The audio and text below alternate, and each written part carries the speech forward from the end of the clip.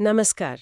आज हम शिव पुराण से ली गई एक बहुत ही कह सकते हैं गूढ़ कथा पर चर्चा करेंगे। जी। इसमें भगवान विष्णु की नाभि से कमल का प्रकट होना, फिर ब्रह्मा जी का जन्म, उनका भ्रम और एक रहस्यमयी अग्नि स्तंभ का जिक्र है। बिल्कुल, और ये कथा सिर्फ देवताओं के जन्म के बारे में ही नहीं है। इसमें खोज है, भ्रम है, अहंकार का भाव है और उस परम शक्ति को जानने की कोशिश भी है जो अक्सर हमारी समझ से परे होती है। हाँ, तो कथा शुरू होती है भगवान नारायण देव से, जब वो जल में शयन कर रहे थे। जी। और कहते हैं कि शिवजी की इच्छा से उनकी नाभि से एक अद्भुत कमल प्रकट हुआ। हाँ, और ये कोई साधारण कमल नहीं था। इसका वर्णन बहुत भव्य है। असंख्य नालों वाला, कनेर के फूल जैसा पीला, करोड़ों सूर्यों जैसा तेज और अनंत योजन लंबा ऊंचा। समझिए, एक पूरे ब्रह्मांड जैसा। इतना विशाल? हाँ। इसके बाद कहानी कहती है कि परमेश्वर शिव ने अपने दाहिने अंग से ब्रह्मा जी को उत्पन्न किया और फिर अपनी माया शक्ति से उन्हें मोहित करके उसी नाभि कमल में डाल दिया और वहीं से ब्रह्मा जी का जन्म हुआ। 4 मुख, लाल शरीर और माथे पर त्रिपुंड। और यही कहानी का एक अहम मोड़ आता है। शिव की माया, यानी वो भ्रामक शक्ति, उसके असर से ब्रह्मा जी पूरी तरह कंफ्यूज थे। मतलब उन्हें ये पता ही नहीं था कि वो कौन है, कहां से आए हैं, उनके पिता कौन है। वो बस उस कमल को ही देख पा रहे थे, उसी को अपना सब कुछ मान रहे थे।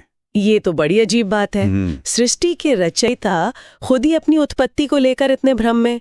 इसका कोई गहरा मतलब है क्या? निश्चित रूप से। ये शायद दिखाता है कि सृष्टि की शुरुआत में भी जो परम सत्य है वो कैसे छुपा हो सकता है, अज्ञान से या माया से ढका हुआ, है ना? हाँ, कह सकते हैं। ब्रह्मा जी का भ्रम एक तरह से उनकी उस समय की सीमित चेतना का प्रतीक है। वो उस विराट कमल से आगे देख ही नहीं पा रहे थे। तो इसी भ्रम में ब्रह्मा जी ने सोचा कि इस कमल की जड़, इसका स्रोत नीचे पानी में होगा। हाँ, और वही उनके जनक भी होंगे। तो वो नाल के रास्ते नीचे उतर गए। कहते सैकड़ों सालों तक नीचे जाते रहे, पर कुछ मिला ही नहीं। कोई अंत, कोई शुरुआत नहीं। जरा सोचिए, कितनी लंबी खोज। और जब वो असफल होकर वापस ऊपर चढ़ने लगे, तो माया का असर देखिए। वो इतने मोहित हो चुके थे कि कमल कोश तक पहुंच ही नहीं पाए। उनका भ्रम और बढ़ गया। तब क्या हुआ? तब कहते हैं एक आकाशवाणी हुई। शिव जी की प्रेरणा से आवाज आई, तप करो। अच्छा, तपस्या का आदेश? जी। इस आवाज को सुनकर ब्रह्मा जी ने अपने जनक के दर्शन की इच्छा से 12 वर्षों तक कठोर तपस्या की। और उसका फल मिला? हाँ। तब भगवान विष्णु प्रकट हुए। उनका रूप भी बहुत अद्भुत बताया गया है। 4 भुजाएं, शंख, चक्र, गदा, पद्म धारण किए हुए, श्याम वर्ण, पीतांबर पहने हुए, बहुत ही मनोहर रूप। ब्रह्मा जी तो उन्हें देखकर बिल्कुल चकित रह गए होंगे। बिल्कुल, मोहित हो गए, आश्चर्य में पड़ गए।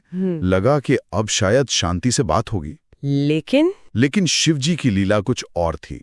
जल्द ही दोनों देवों में, ब्रह्मा और विष्णु में विवाद शुरू हो गया। विवाद किस बात पर? श्रेष्ठता को लेकर।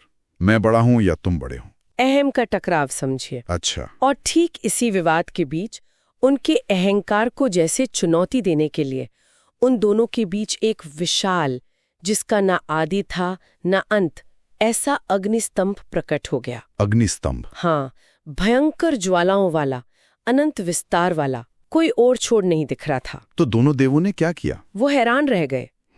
फिर उन्होंने तय किया कि इसका रहस्य पता लगाएंगे। ब्रह्मा जी ऊपर की तरफ गए उसका ऊपरी सिरा खोजने, और विष्णु जी नीचे की तरफ गए उसका निचला सिरा खोजने।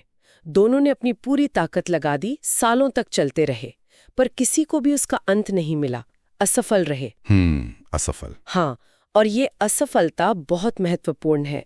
ये दिखाती है कि जो अनंत है उसे आप अपनी सीमित कोशिशों से, अपनी इंद्रियों से नहीं नाप सकते। सही बात है। तो थककर और शिव की माया से अब भी कुछ हद तक प्रभावित, वो दोनों वापस उसी जगह पर आ गए और सोचने लगे कि आखिर ये है क्या। हाँ, कि इसका ना कोई रूप है, ना नाम, ना कोई कर्म।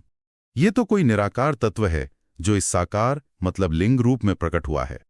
ध्यान करने पर भी समझ नहीं आ रहा। फिर तब अपना अहंकार एक तरफ रखकर उन्होंने उस महाअग्नि स्तंभ को प्रणाम किया। उन्होंने माना कि वो इसे नहीं जानते, अपनी अज्ञानता स्वीकार की। बिल्कुल। कहा, हे महाप्रभु, हम आपके असली रूप को नहीं जानते हैं। आप जो भी हैं, आपको हमारा नमस्कार है। कहते हैं 100 वर्षों तक वो इसी तरह प्रणाम करते रहे। ये उनकी सीमाओं की एक तरह से स्वीकृति थी। तो ये पूरी कहानी, इसमें हमने देखा कि कैसे ब्रह्मा जी की उत्पत्ति ही रहस्य में डूबी हुई थी, कैसे ज्ञान की खोज में अहंकार और माया रुकावट बन सकते हैं, हाँ। और कैसे दो इतने महान देव भी एक ऐसी शक्ति के सामने नतमस्तक हो गए जिसे वो समझ नहीं पा रहे। ये सृष्टि के आरंभ का जो विस्मय है और ज्ञान की जो सीमाएं हैं, उसे बड़े अच्छे से दिखाता है। और ये हमें सोचने पर भी मजबूर करता है ना, कि क्या आज भी हमारे जीवन में सत्य को जानने में अहंकार सबसे बड़ी बाधा है, जैसे उन दोनों देवों के साथ हुआ? ये एक गहरा सवाल है। और वो जो निराकार तत्व था, जिसका प्रतीक वो अग्नि स्तंभ था, जिसका कोई तय रूप या परिभाषा नहीं है, उसे कैसे समझा जाए? ये कुछ ऐसे बिंदु हैं जिन पर मनन किया जा सकता है।